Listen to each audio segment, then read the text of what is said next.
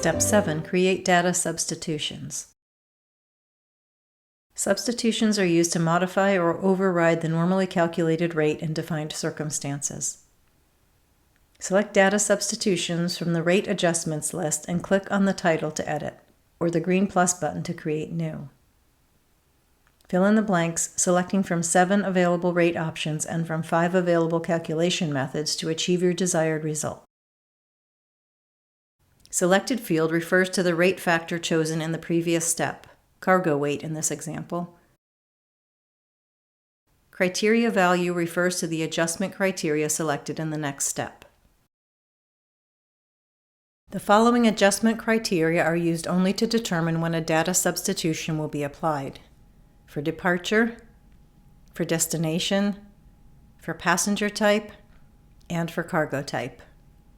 If none of these adjustment criteria are selected, the data substitution will be applied for all departure points, destinations, passenger types, and cargo types.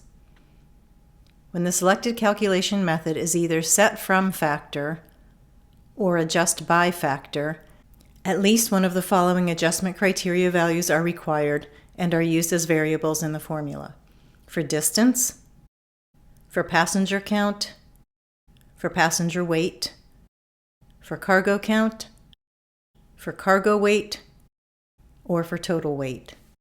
The other calculation methods do not use these adjustment criteria values as calculation variables. Set the adjustment amount in the same units as the rate, in this case 10 kilograms. Set the rounding precision to determine which decimal place the rounding rule will be applied to. Then select the adjustment criteria to achieve the desired result and save. In this example, each adult will receive a 10 kilogram free baggage allowance. Next, scroll down and use the blue plus button to link the data substitution to each of the rates that will use it. You can select all or search for and link rates individually. Data substitutions can also be linked to rates from the rate itself. From the Rates Data Substitutions tab, click on the blue plus icon to add the data substitutions. Unlink data substitutions using the red unlink icons.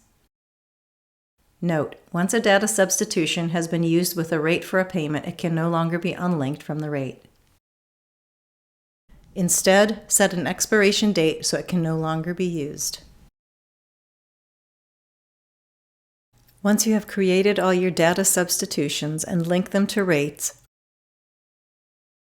open a rate and from the Data Substitutions tab, use the blue pencil icon by the date to change the effective date or add an expiration date and to set the hierarchy as required.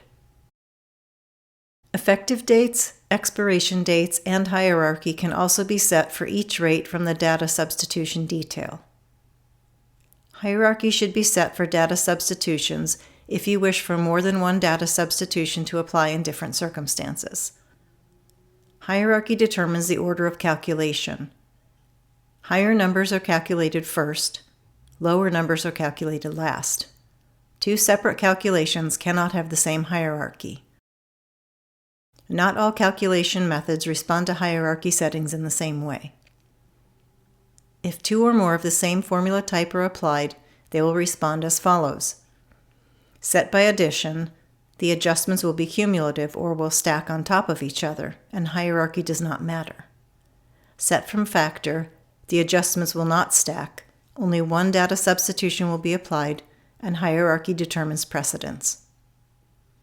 Set from amount, the adjustments will not stack, only one data substitution will be applied, and hierarchy determines precedence. Set by percent, the adjustments will stack and the hierarchy does matter. The result will change depending on the order of calculation. Set by factor, the adjustments will stack and hierarchy does not matter. Different calculation methods can also be stacked, with the order of calculation set based on hierarchy.